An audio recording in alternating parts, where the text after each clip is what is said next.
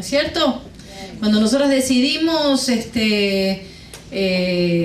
algo, siempre hay una consecuencia, mala o buena, pero hay una consecuencia. Pero el problema es que no logramos dimensionar lo que significa y hasta dónde alcanzan las pequeñas decisiones diarias que tomamos. Por ejemplo, un pequeño movimiento en la Tierra a miles y miles y miles de kilómetros debajo del mar, se mueve un poquito la Tierra, la placa tectónica empieza a surgir un poquitito y se hace en la superficie del agua una pequeña ola de 20 centímetros. ¿Cuántos son 20 centímetros? ¿Así? ¿Menos? ¿Más o menos? En la superficie del agua, esa ola, atisbada por el fuego, por el viento, por la presión atmosférica, por infinidad de cosas, la ola se va acrecentando hasta que se determina que es un tsunami que llega a la costa. Y todo empezó por un pequeño movimiento que logró algo de 20 centímetros.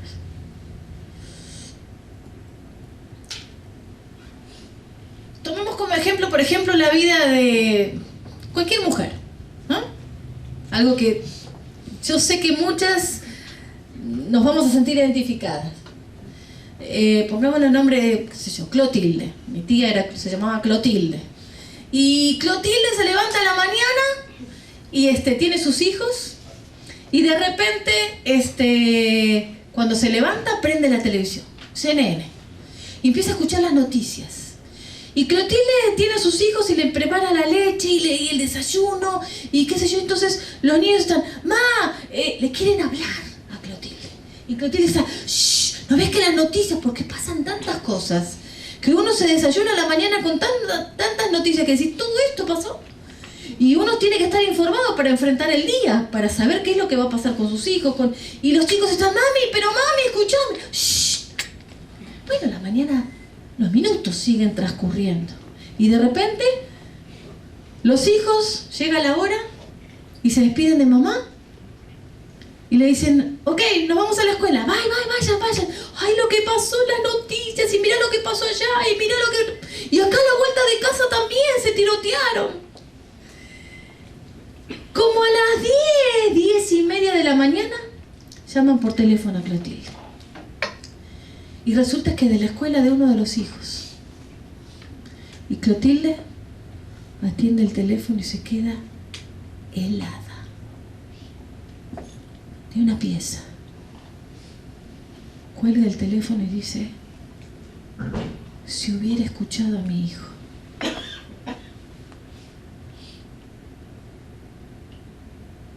¿Cómo me hubiera gustado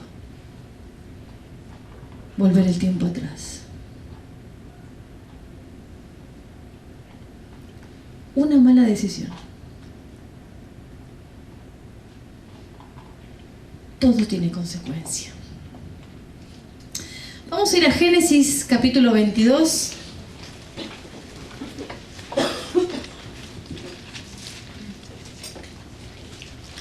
Génesis capítulo 22 nos narra una historia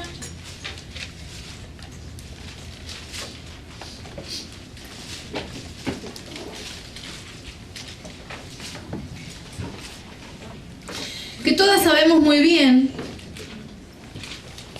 acerca de la decisión que tuvo que tomar Abraham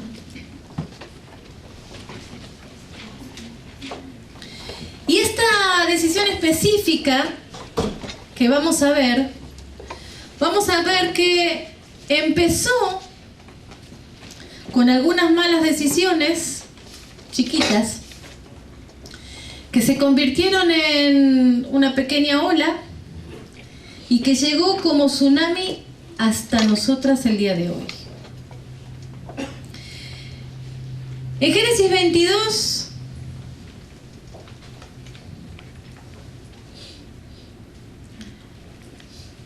el versículo 1, desde el primer momento, ya el Señor nos está hablando. Dice, aconteció después de estas cosas que probó Dios a Abraham.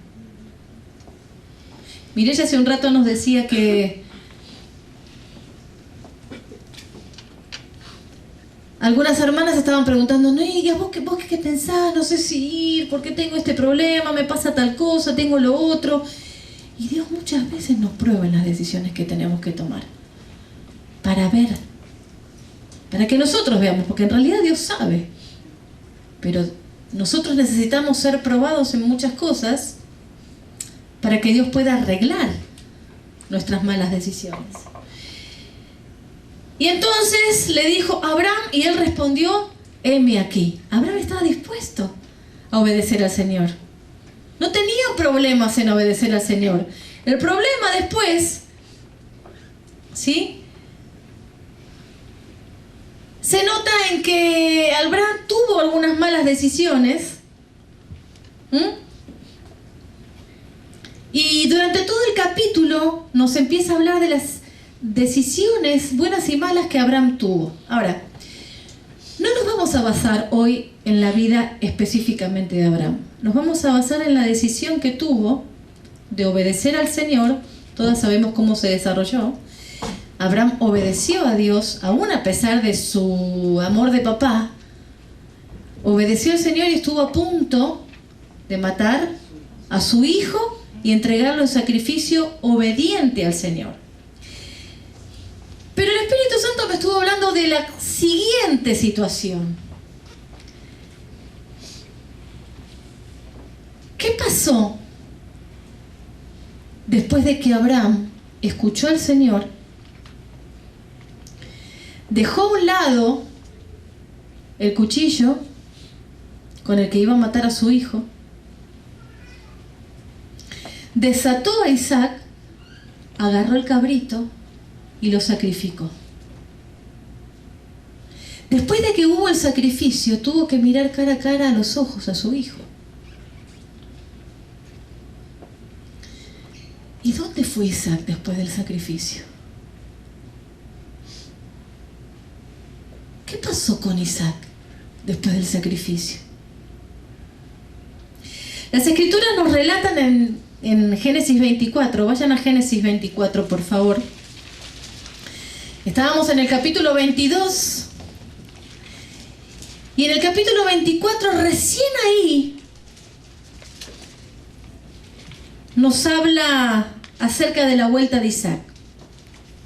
Yo les voy a leer el versículo del capítulo 22, unos versículos del capítulo 22, pero ustedes manténganse en el 24. Dice: y llamó al ángel de Jehová a Abraham por segunda vez desde el cielo y dijo: por mí mismo he jurado, dice Jehová, que por cuanto has hecho esto y no me has rehusado tu hijo, tu único hijo, de cierto te bendeciré y multiplicaré tu descendencia como las estrellas del cielo y como la arena que está a la orilla del mar.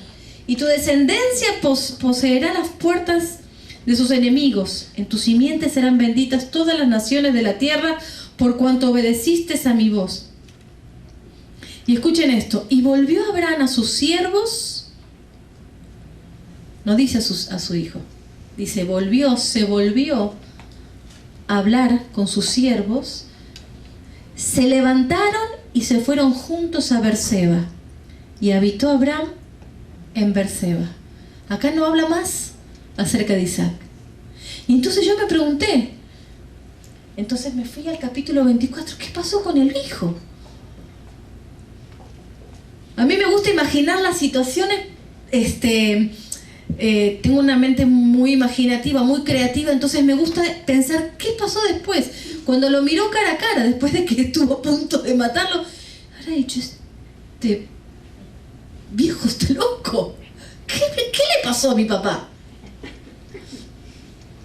Bien, en Génesis, ahí es donde están, en 24, 62, relata que Isaac había vuelto de ver la Jai Roi, ¿no es cierto? Que en hebreo significa, ¿saben lo que significa? El pozo del que me vio vivo. Ese nombre que ustedes ven ahí en hebreo significa el pozo del que me vio vivo. Mientras Isaac había desaparecido de la escena, él nunca desapareció de los ojos de Dios, de la vista de Dios. Y las decisiones que tomó Isaac fueron influenciadas por lo que vio. Él vio la vida de su papá, vio los errores y sus malas decisiones y sus consecuencias. Abraham había escuchado a su esposa cuando tuvo un arranque de duda acerca de la promesa de Dios. La escuchó. Entre paréntesis, ojo con lo que hablamos con nuestro esposo. Una de las cosas que he aprendido a través de los años es a guardar silencio cuando sé que puedo influenciar a mi esposo. Tengo mucho temor de parte del Señor. Tengo mucho temor de mi Dios, de poder influenciar con alguna de mis pensamientos carnales o aún de mi razonamiento inteligente a mi esposo. Porque puede ser que él tome decisiones erróneas porque le parezca razonable mi pensamiento. Ojo, con esto. Pero Isaac vio esto, que su papá había tomado decisiones a causa de la incredulidad de su esposa, que tuvo un hijo fuera de Dios, del propósito de Dios, que no puso corrección cuando vio falta de disciplina. Cuando lo molestaban Isaac, su hermano, el papá no puso orden, porque si no su esposa, la mamá, Rebeca, no le hubiera dicho: ¡Hey! ¿Qué pasa con este muchachito? Está molestando a mi hijo. Si Abraham hubiera puesto disciplina, otra hubiera sido la historia. Isaac vio todo eso, que sobreprotegió a sus hijos para sentirse bien. Muchas veces nosotras tenemos esa falta de algo porque nos sentimos mal de poder decir algo, de corregir algo, de hacer lo correcto. Nos hace sentir bien congeniar con la gente, que nos quieran, hacerlos sentir bien, y muchas veces vamos en contra de la palabra de Dios. Pero luego Isaac vio a su padre corregir sus malas decisiones y obedecer a Dios, aún a pesar de su profundo amor de papá. En Génesis 21:12 dice: Entonces dijo Dios a Abraham: no te parezca grave a causa del muchacho y de tu sierva. En todo lo que te dijere Sara, oye su voz, porque en Isaac te será llamada descendencia. Cuando Isaac estaba tendido en el lugar del altar para ser sacrificado, él en ese momento también estaba escuchando a Dios, que le hablaba a su papá. Él veía la actitud de su papá, que estaba a punto de matarlo, pero también escuchó la voz de Dios. Vayan conjugando todas estas cosas. No son cosas puestas al azar en la palabra del Señor. Todo tiene que ver con todo y todo tiene una consecuencia para nosotros. La vida de Abraham, su decisión y la vista de Isaac desde su perspectiva, todo tiene una consecuencia que nos alcanza a nosotras.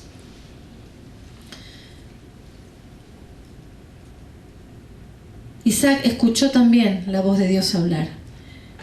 En 22:9 dice: y cuando llegaron al lugar que Dios le había dicho, edificó allí Abraham un altar y puso la leña, y ató a Isaac su hijo y lo puso en el altar sobre la leña, y extendió Abraham su mano y tomó el cuchillo para degollar a su hijo. Entonces el ángel de Jehová le dio voces desde el cielo y dijo: Abraham, Abraham. Y él respondió: heme aquí. Eso también lo escuchó Isaac. En el momento cuando se termina de hablar de esta situación, la palabra de Dios hace silencio sobre Isaac. Y esto me llamó muchísimo la atención, chicas. Muchísimo. Porque quiere decir hasta el capítulo 24 que Isaac, después de escuchar a Dios, de ver a su papá pasar por un proceso de malas decisiones, de corrección, de haber escuchado la voz de Dios, Isaac se fue salió de la vista de su papá. Se fue al Negev, a otra ciudad. Su papá se fue para un lado y él se fue para el otro. Y esto tiene que ver en la relación con nosotros. No siempre tenemos bajo nuestros ojos a nuestros hijos, a nuestros seres queridos. Van a salir de delante de nuestros ojos nuestro esposo, nuestros hijos, y van a tener que tomar sus propias decisiones. Y a veces es un silencio.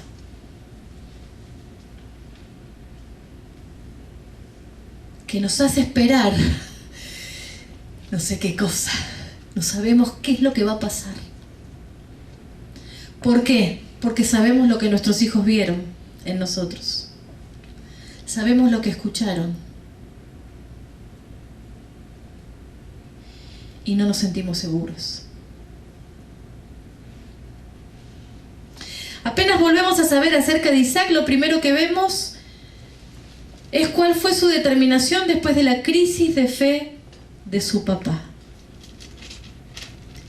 En Génesis 24:62, fíjense que dice: y venía Isaac, ¿de dónde? Del pozo de Betel. ¡Ajá! ¿Saben lo que significa ser un pozo?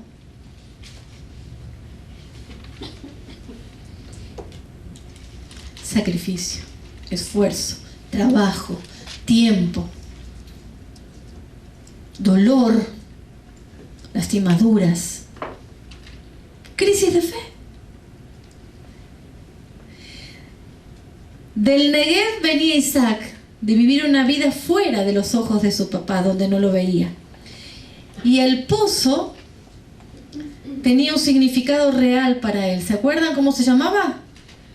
El que me vio vivo.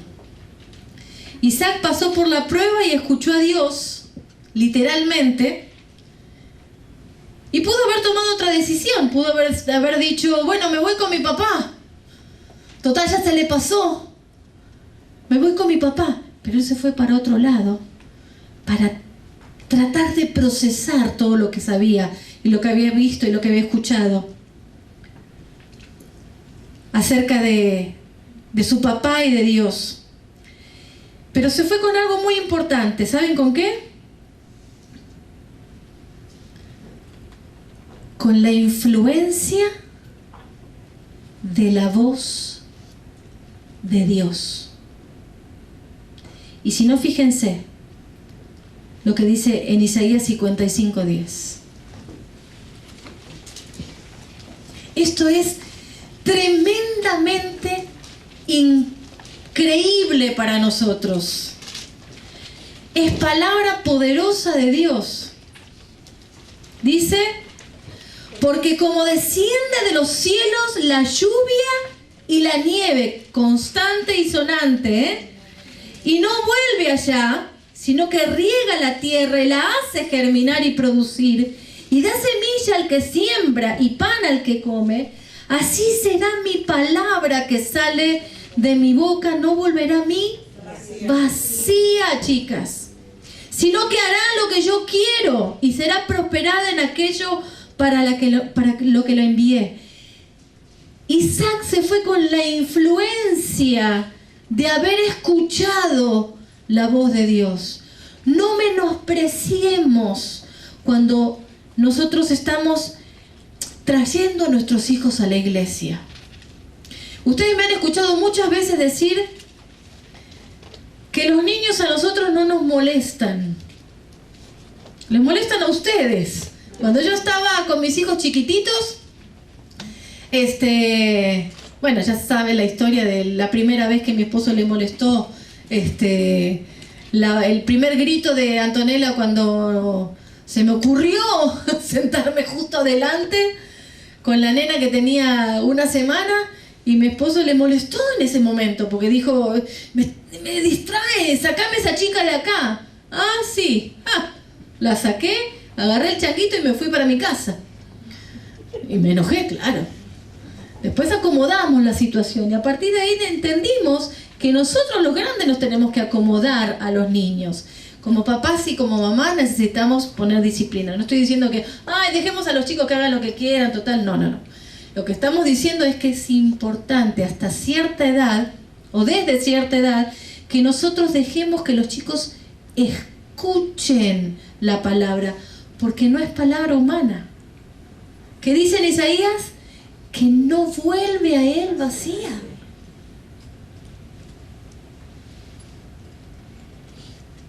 ¿Podemos comprender hasta dónde tiene el alcance? Por eso creo que Abraham se quedó tranquilo de saber que su hijo no se volvía con él. Y se fue al Negev a tener su propio pozo, a cavar su propio pozo, a tener su propia crisis. Nosotras creemos que podemos con todo, aún con los problemas de nuestros hijos. Y si no, díganme por qué les costó tanto venir. Con los problemas de nuestros esposos. ¿Qué van a comer a la noche? Se van a comprar un paquete de papas. ¿Y cuál es el problema? Que les agarra una indigestión en la noche. Quédense tranquilas. Nosotras creemos que podemos tener el control de las cosas. Y aunque me digan que no, en su interior se sienten tranquilas de saber que dejaron todo ordenado. ¿Sí o no?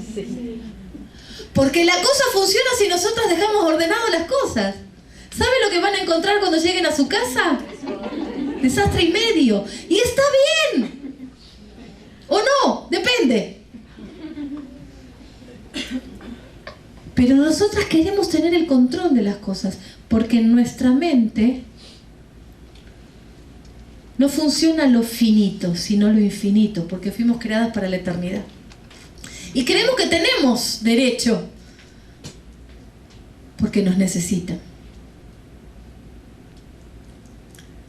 Pero no nos damos cuenta de que nuestra palabra tiene equivocaciones, errores, determinaciones y consecuencias malas.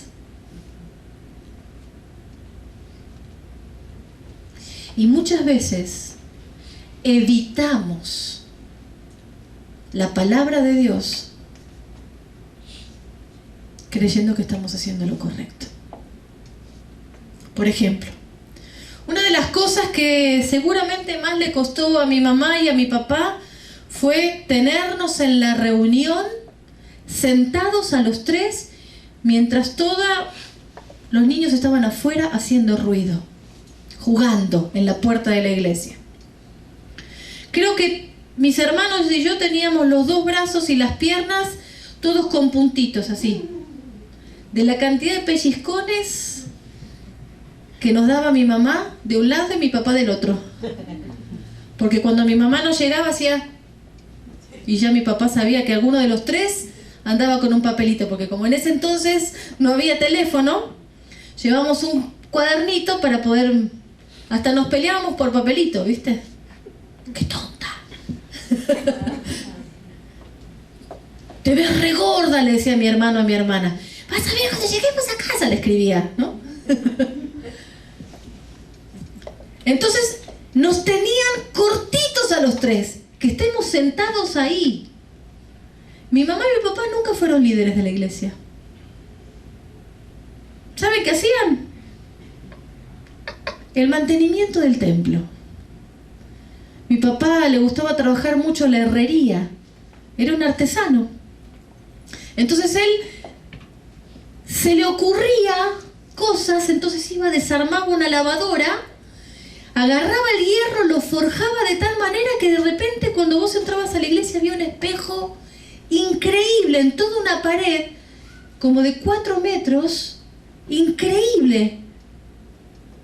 Y él servía en eso. Y mi mamá organizaba los equipos de limpieza de la iglesia. Después con el tiempo se encargó de la biblioteca. Entonces, ¿a quién ponía a leer los libros? Ahí en el piso para acomodar los libros. A mí. Porque me encantaba leer. Entonces no eran líderes de la iglesia para decir, ay, los hijos del líder tienen que estar acá. cristianos nuevos que habían entendido lo que mi mamá dice que fue su primer llamado de atención. Ella leyó en la palabra que el Señor le dijo en uno de los evangelios: y no queréis venir a mí para que tengáis vida. Pero ella lo vio con un signo de pregunta. Increíble, ¿eh?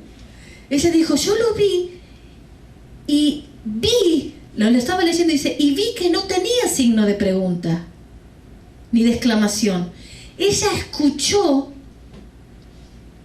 y lo diseñó en sus ojos, en su retina, el signo de pregunta, que Dios le estaba diciendo, ¿y no queréis venir a mí para que tengáis vida? Mi papá en ese momento era alcohólico y mi mamá dijo, claro que quiero ir a Dios para tener vida. Y en ese momento dejó la Biblia ahí con mi abuela, se tiró en el piso y empezó a llorar. Y se convirtió. Y después se convirtió mi papá. Y después mi hermano y nosotros. La palabra de Dios no vuelve a él vacía. Y mi mamá sabía eso. Y mi papá también. Y nosotros éramos chiquitos. Entonces él decía, necesitan escuchar la palabra. Miren, en aquel entonces había muchas reuniones y una sola escuelita dominical. La escuelita dominical duraba 1 hora. En esa hora se oraba, se alababa al Señor con himnos viejos, con un armonio que la pobre pastora tenía que pedalear para que le llegara el aire, porque el armonio era con aire, entonces pedaleaba con un coso así, un pedal enorme, y con el otro pie marcaba las notas graves, y entonces tocaba con las 2 manos, porque el armonio tiene 2 y 3 niveles. Pobre mujer quedó, después de cantar 2 o 3 himnos, y quedaba como los guitarristas cuando estaban con el... ¿no? Entonces, iba a decir otra cosa, pero casi se me escapa. Entonces, estaba poco tiempo uno en la clase de escuela dominical. Entonces mi papá y mi mamá decían, mejor que se queden en las reuniones también, en los cultos, para que escuchen. Y los demás líderes de la iglesia le decían, pero si los chicos no entienden nada, déjenlo que se vayan afuera, doña Marta, don Orlando, déjenlo, los chicos están cansados, déjense que se vayan afuera. Y mi mamá dijo, no, que escuchen la palabra. Y yo decía, Señor, hablale a mi mamá, que me deje en libertad. Y yo les puedo asegurar que me acuerdo de muchos de los sermones de uno de los ancianos de la iglesia que se llamaba Don Dante Niso, y me despertó un hambre por la palabra. Ya les voy a contar eso. Pero dice en Isaías 55, así será mi palabra que sale de mi boca, no volverá a mí vacía, sino que hará lo que yo quiero. ¿Cuántas veces, ni los voy a mirar, cuántas veces los hijos dicen, no tengo ganas de ir a la iglesia?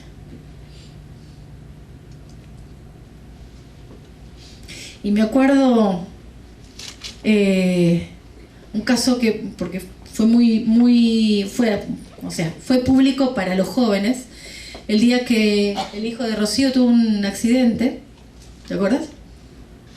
Y el nene ya está grande, pero el nene le dijo, no, hoy no quiero ir a la iglesia porque había tenido el accidente, tenía un motivo y una razón valedera, ¿no?, para no venir. ¿Y saben qué hizo la mamá?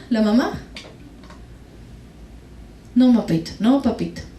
Le preparó la ropa, lo ayudó a cambiarse, y no es un nene, ¿eh? Lo ayudó a cambiarse y vámonos. Y vino llorando. Fue la única vez en mi vida que lo vi llorando al nene. Y fue de gran bendición para él y para los que lo vimos. Y gracias a eso, él permanece. Porque escuchó la palabra ese día. Miren, Hay muchas cosas que les quiero enseñar y yo sé que muchas de ustedes tienen muchas preguntas, tenemos muchísimos temas que desarrollar, tenemos muchas cosas que aprender, sé que vienen con muchas expectativas, que durante este tiempo que hemos tenido estos estudios a la mañana se les ha despertado muchas preguntas, han tenido situaciones que enfrentar que tal vez no tienen las respuestas para esas cosas. Pero hay una sola cosa que con mucho temor delante del Señor sé que tengo que hacer. Es ayudarles a descubrir el hambre que debemos tener por el Señor. Si no hay eso en nosotras, miren, todo es en vano. Lo que Dios me demanda a enseñarles es a depender de Él y no de los hombres. Cuando nosotros nos acostumbramos a ir a buscar las respuestas en los pastores o en los líderes, nos acostumbramos a depender de las personas. Por eso después nos sentimos traicionados. Pero nuestra tarea aquí es a enseñarles a que vean al Señor que los salvó. Porque su palabra no vuelve a Él vacía. Por eso es que nosotros no les andamos atrás. ¿Se dieron cuenta? Nosotros no los andamos llamando por teléfono. No los visitamos. Salvo que se estén muriendo, y como ninguno está muriendo, miren, qué tranquilidad para mí. Porque no los queremos hacer dependientes de los pastores. Ya cometimos ese error. Queremos que aprendan a mirar a ese Dios que pagó un alto precio por nosotros. Y a que descubran que su palabra no vuelve a Él vacía. Cuando Dios te habla, no te va a entrar por un oído y te va a salir por el otro. Vas a tener crisis de fe. Vas a tener que confrontarte con esa palabra. Sea cual sea la situación, sea con quien sea la situación. Pero no puedes decir que te atropelló un auto y venir toda la más campante, sin un rasguño. Choqué el auto, pero acá estoy. No. Si te pasó un camión por encima, vas a tener heridas. ¿Es cierto o no? Bien. Cuando Dios habla, hay consecuencias en nuestra vida. Tal vez tomes el camino más largo, pero la consecuencia va a llegar, porque no vuelve a Él vacía su palabra. Cuando empecé a estudiar la palabra de Dios, yo me acepté a Cristo como mi Salvador y me convertí a los 10 años. A los 11 años empecé a leer. A mí me gustaba mucho leer porque mi papá y mi mamá tal vez no invirtieron mucho dinero en nosotros en sacarnos de vacaciones. En aquel entonces las cosas eran muy diferentes. Yo le digo a mis hijos, porque es una tortura para ellos salir a comprar ropa, sinceramente, como a la madre. No vean la necesidad. José Ignacio, por ejemplo, mi hijo menor, si anda con el mismo pantalón durante toda la semana, no se hace ningún problema. Y para ellos es una tortura realmente. Vamos al mall, es como un castigo. No, ¿yo qué hice?, me dice Nacha. ¿Yo por qué? En aquel entonces las cosas eran diferentes y nuestros papás nos llevaban a comprar ropa una vez al año, que era cerca de Navidad. ¿Y qué te compraban? Medias, calzones, camisetas, cosas para la escuela. Y entonces no invertía mucho dinero ni ir al cine, ni ir a comer afuera. Pero había algo que mi papá y mi mamá siempre se habían puesto de acuerdo, que era una vez al mes venía un carro, una camioneta, con un librero. El librero que iba a domicilio a vender libros. pero estos libros eran cristianos, ¿no? Entonces, para nosotros era como si venía el heladero, ¿no? En aquel entonces había un heladero que venía con un carrito en bicicleta. Ese se ríe, pero es verdad. Parece otro siglo, pero no fue hace mucho. Entonces venía un heladero, mi mamá decía, bueno, si se compran el helado esta semana, no hay libros en el mes. Entonces nosotros nos mirábamos diciendo... Pero bueno, cuando venía el librero, todos queríamos libros. Entonces el librero paraba su carrito, su camioneta en mi casa, bajaba con cajas de libros, y entonces ya tenía dispuestos los que eran para niños, para adolescentes, para jóvenes, adultos, estudios bíblicos, Biblia.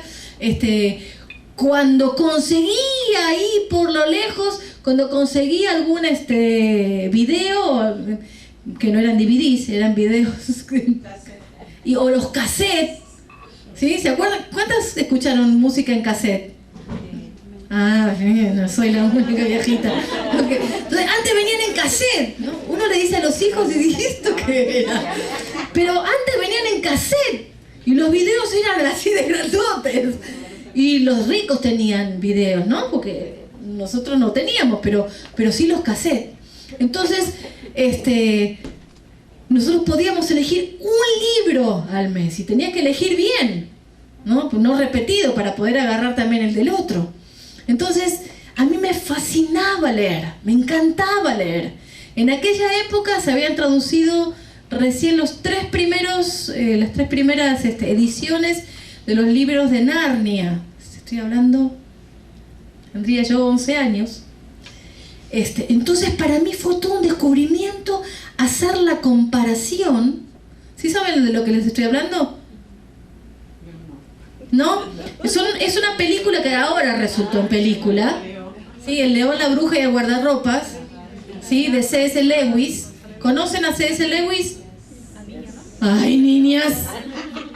Es un escritor cristiano que después se fue por las nubes, pero bueno, al comienzo no fue así. Empezó en el espíritu y terminó en la carne este hombre. Pero bueno, en aquel entonces yo leía esas historias y de repente en la mitad del libro le digo, mamá, mirá, empecé a comparar la historia de fantasía con la verdad bíblica. Y me di cuenta que todo tenía una connotación espiritual. 11 años. Nunca en el libro se describe que el león es la figura de Jesucristo. Nunca se describe que la bruja es la figura de Satanás. Pero yo lo empecé a discernir. ¿Y saben por qué fue? Porque yo estudiaba la Biblia. A mí me gustaba leer la palabra de Dios. Y en aquel entonces no había devocionales para niños. Parece otro siglo, pero es verdad. No había devocionales para niños. La escuela dominical se preparaban sermones para los niños. Entonces uno se sentaba y el pobre maestro recortaba, escuchen bien, ahora los maestros nuestros de la iglesia tienen las figuras que podemos comprar. Tienen videos, tienen DVDs. En aquel entonces, los maestros recortaban de las revistas figuras que pudieran ejemplificar algo de lo que estaban relatando. Por ejemplo, la parábola del sembrador. Recortaban un camino, en una cartulina lo pegaban, buscaban figuras similares a un sembrador, ponían manzanitas, ponían estas cosas, pero no había figuras. En aquel entonces, cuando yo tenía esa edad, Apple no existía, por lo menos en ese sector de Argentina. Entonces, no es que yo tenía devocionales, libros específicos para que me hicieran crecer, libros de desarrollo, de temáticas espirituales que me alimentaran. Solo estaba la palabra de Dios. Me acuerdo que un día, ustedes se van a reír, pero en realidad, como yo no conocía otro mundo más que el de la iglesia, que me gustara un chico, lo sentía como era un pecado. Y entonces, como el chico no iba a la iglesia y no era cristiano tampoco, yo me sentía más en pecado de que me gustaba. Y me acuerdo que me fui a la cama llorando. Y yo sabía, porque había escuchado al pastor en una de esas predicaciones donde los chicos estaban afuera y yo estaba sentada ahí, había escuchado que él decía que cada vez que nosotros necesitamos alguna consolación de parte de Dios por algo que nos esté pasando, que vayamos a los salmos. Entonces yo empecé a leer desde el Salmo 1. Empecé a leer, no, este no me sirve, no, este tampoco, no, este tampoco, no, este tampoco, hasta que llegué al Salmo 51. ¿Y saben qué? Decía, ten piedad de mí, Señor, conforme a tu misericordia, conforme a la multitud de tus piedades, borra mis rebeliones. 11 años porque me gustaba un chico. Lávame más y más de mi mal. Y empecé a sentir una paz. Porque el Espíritu Santo me empezó a hablar acerca de elegir correctamente. Cuando mi hermana, que estaba en la cama de arriba, teníamos camas literas, me dice, ¿qué te pasa que estás llorando? No me dejas dormir. Le digo, es que me gusta un chico y que mi papá me escucha. Y mi papá no era de esos, a ver, ¿qué? No, se sentó al lado mío y empezó, ¿sabés qué es eso, Celi? Es que el Espíritu Santo te está diciendo que eso no está bien, porque tenés que buscar un muchacho que ame al Señor. Y yo decía, ¿dónde está eso en la Biblia? Porque también había escuchado al pastor en una de esas predicaciones, cuando todos los chicos estaban afuera, mi mamá los pellizcones me hizo quedar, que no tenía que unirme a yugo desigual. Y mi pastor había hecho una ejemplificación que hasta el día de hoy se los enseño a sus hijos. Agarró a una chica y un chico y les puso un yunque. ¿Saben lo que es un yunque? Un yunque son argollas así que se les ponían a los caballos, a las vacas, a los bueyes, así, unidos los dos. Y entonces le dijo, uno que camine para un lado y otro que camine para el otro. ¿Y saben qué les pasó? Quedaron... porque no se podía. Y a mí me quedó en la retina. Yo dije, ¡wow! Eso es lo que significa unirse en yugo desigual con uno que no ame a Dios. Y yo había visto, como Isaac, las malas decisiones de mi papá y de mi mamá. Pero después vi que se corrigieron y vi que la consecuencia de eso, Dios la restauró. ¿Quedaron consecuencias malas? Sí. Pero lo vi restaurarse en el Señor. A mí me fascinaba estudiar la Biblia. Hasta tal punto que lo iba a molestar al pastor todos los lunes. Y los lunes, ustedes saben, es el día pastoral por excelencia a nivel mundial en todos los siglos. Menos nosotros, porque nosotros trabajamos. Pero el lunes era el día pastoral, o sea, era el día de descanso del pastor. Y como yo sabía que había escuchado en una predicación que era su día de descanso, era el día que yo no podía encontrar a su casa. Entonces le decía a mi papá, llévame a la casa del pastor. ¿Para qué? Vos llévame.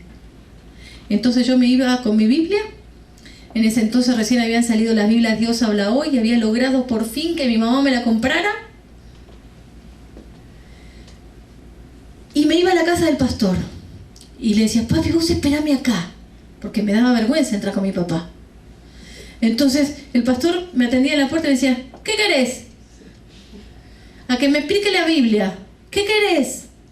Entonces yo, como era chiquita, y mi pastor era un suizo enorme, alto, hacía, ¡permiso! Y me metía en la casa. Y yo me acuerdo patente que la esposa del pastor estaba en la cocina, yo hacía así y seguía para el living, y yo ya sabía que ella me iba a traer la leche. Entonces el pastor se creía que yo iba por la leche. Porque yo me sentaba al lado del hogar que tenían en el living y me sentaba y esperaba. Y la conversación empezaba cuando ella me traía la leche. Pero en realidad para mí, en mi interior, era que era aceptada. Cuando me traía la leche significaba que la esposa del pastor estaba de acuerdo con que yo estuviera ahí. Entonces me la tomaba así, pero rápido, para que él se sentara conmigo. Seguramente le he preguntado cada pavada a ese hombre, pero ¿saben cuántos años estuve así? Hasta que me casé. Por eso cuando conoció a José, a mi esposo, al pastor de ustedes, cuando mi esposo lo conoce al pastor, dice José, yo esperaba que me dijera, te llevas una joyita, decía mi esposo. Y el pastor le dijo, ¡oh!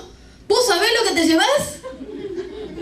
Porque él me conocía, que cuando se me pone algo en la cabeza, miren, soy persecuta. 12 años, 15 años, 16 años. Todos los lunes me iba con el pastor. Con los años fui aprendiendo a elegir más libros. Pero hubo algo que a mí me hizo permanecer. Permíteme tu Biblia, por favor. Esta no tiene acá abajo. Pero antes, pero lo tiene acá atrás. Antes venían en algunas Biblias unos numeritos o unas letritas chiquititas. Fíjense si sus Biblias no las tienen. Les voy a enseñar un pequeño tip. ¿Sí? ¿Ven unos numeritos, unas letritas chiquititas? A, B o C o algo así. Bueno, eso los lleva a una concordancia. ¿Qué significa eso? Versículos que se relacionan con ese versículo o con ese pasaje, que amplían el mensaje correlativo, ¿sí? Geográficamente, histológicamente, ¿sí? Esta Biblia, por ejemplo, tiene un glosario atrás, tiene una concordancia detrás que la tiene ordenada alfabéticamente. Entonces uno, por ejemplo, no se acuerda del pasaje, pero tenés algo así como una palabra que decía el versículo, o alguna historia o algo así. Decía afanar. Entonces lo buscas y te lleva todos los versículos que hablan sobre ese pasaje. ¿Cierto? Bueno, en ese entonces era todo lo que tenía. Los diccionarios bíblicos y las concordancias bíblicas ampliadas eran carísimas. Mi papá y mamá no lo podían comprar, por más que quisieran y supieran que era necesario para el estudio bíblico. Pero Dios me proveía ese descubrimiento, que después de unos años fui entendiendo que era el discernimiento, para poder entender cada cosa sin que nadie me lo explicara. Porque el pastor creía que no me daba la capacidad, porque tenía 11 años, 12 años, 13 años. Y yo tenía esa hambre por buscar al Señor. Les dejo ahí la historia. Cuando uno tiene hambre de parte del Señor, busca. No hay excusas. Porque dice la palabra que no vuelve a Él vacía. Entonces cuando uno la lee, muchas veces he escuchado esto, no la entiendo. Esta noche Cristina nos va a hablar acerca de eso. Pero, ¿por qué no la entendés?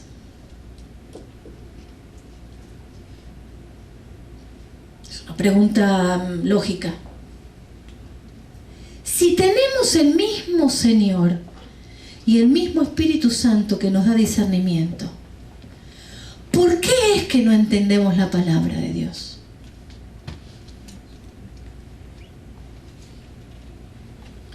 Porque tomamos malas decisiones en el primer momento. Porque nuestras crisis de fe las queremos solucionar como dejamos planeadas las cosas antes de venir. Entonces voy a ir a disfrutar si está todo bien. Y si no, pregúntense esto. Cuando te sentás a leer la palabra de Dios, y decís que no entendés. ¿En qué condiciones te sentaste? ¿Te sentaste con tiempo? ¿Te sentaste en algún lugar donde vos sabés que nadie te va a interrumpir? Son cuestiones lógicas, ¿eh? Cuestiones lógicas. Si yo... Vamos a la contraposición. A ver si alguien en la familia se les atreve a interponerse entre ustedes y la televisión cuando están viendo una novela. ¿Por qué han puesto sus condiciones? Cuando yo estoy mirando la novela, ni se te cruces. Una emergencia en el teléfono, ni la mirás, porque justo Juan Antonio le va a hablar de amor. Es que está al final. ¿En qué condiciones te sentás a leer la Biblia? Porque no puede ser que vos no la entiendas y que una nena de 11 años se interrogue por qué rábanos tiene ese numerito ahí. Y las palabras que están debajo, ¿qué significa eso? Nunca se me ocurrió a mí preguntárselo al pastor. Tenía otras preguntas que hacerle. Como, si me muero y me entierran viva, me voy igual con el Señor. Y el pastor me decía, ¿estás pensando? ¿No tenías otra pregunta más sencilla? Me acuerdo que una vez le pregunté, ¿por qué Eva se puso a hablar con una víbora? Y él me decía, tal vez porque las víboras en ese entonces hablaban. ¿Y por qué no hablaba con su esposo en vez de con la víbora? Bueno, tal vez estaban peleados. ¿Cómo estaban peleados si todavía no había pecado? Y el pastor me dirá, ¿alguien que atienda a esta chica? Cuando uno tiene hambre por el Señor, dispone su corazón para eso. Por eso es que a veces nosotros entendemos que vienen por el camino más fácil. Ay, ¿y ahora? No digo que no vaya a pasar, no digo que no vaya a suceder. Pero lo más probable es que muchas de ustedes se hayan preguntado y decir, ¿y ahora ya terminamos la serie de, ¿cómo se llama? De seguros en Cristo. ¿Y ahora qué vamos a estudiar? Ahora aprendé. Ahora estudiate solita. A ver. O necesitamos tomarnos exámenes para que estemos impulsadas. ¡Ajá! Ahora vamos a tomar examen, por eso puso las hojitas. No.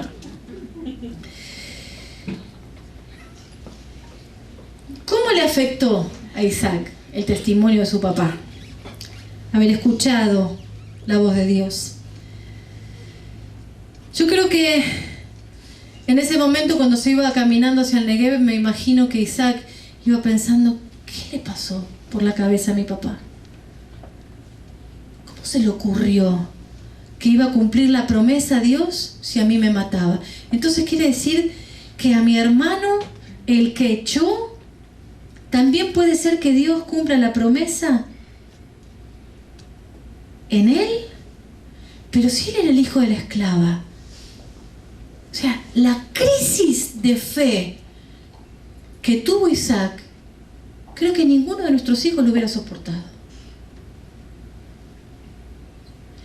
Pero como la palabra de Dios no vuelve a él vacía, sino que cumple el propósito para el que fue enviada, Isaac fue influenciado por esa palabra, lo que escuchó.